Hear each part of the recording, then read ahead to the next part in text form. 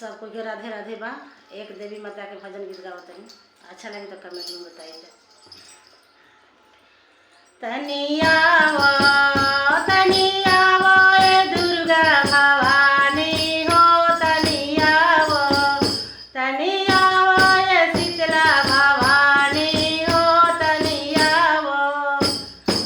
अपना दुर्गा मई के चुंदरी मंगौले बनी, अपना कलिया मई के चुंदरी मंगौले बनी। अरे कोई से की चुंदरी से नाई बहो, तनिया ए दुर्गा भवानी हो, तनिया अपना कलिया मई के चूड़िया मंगौले बनी, अपना दुर्गा मई के अरे चूड़िया मंगौले बनी।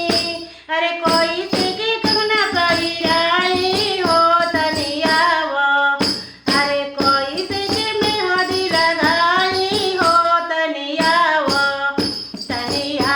ए मैया भवानी हो, तनिया अपना दुर्गा मई के अरे छए गल मंगौले बनी, अपना दुर्गा मई के छए गल मंगौले बनी। अरे कोई से के बिछिया पहनाई हो, तनिया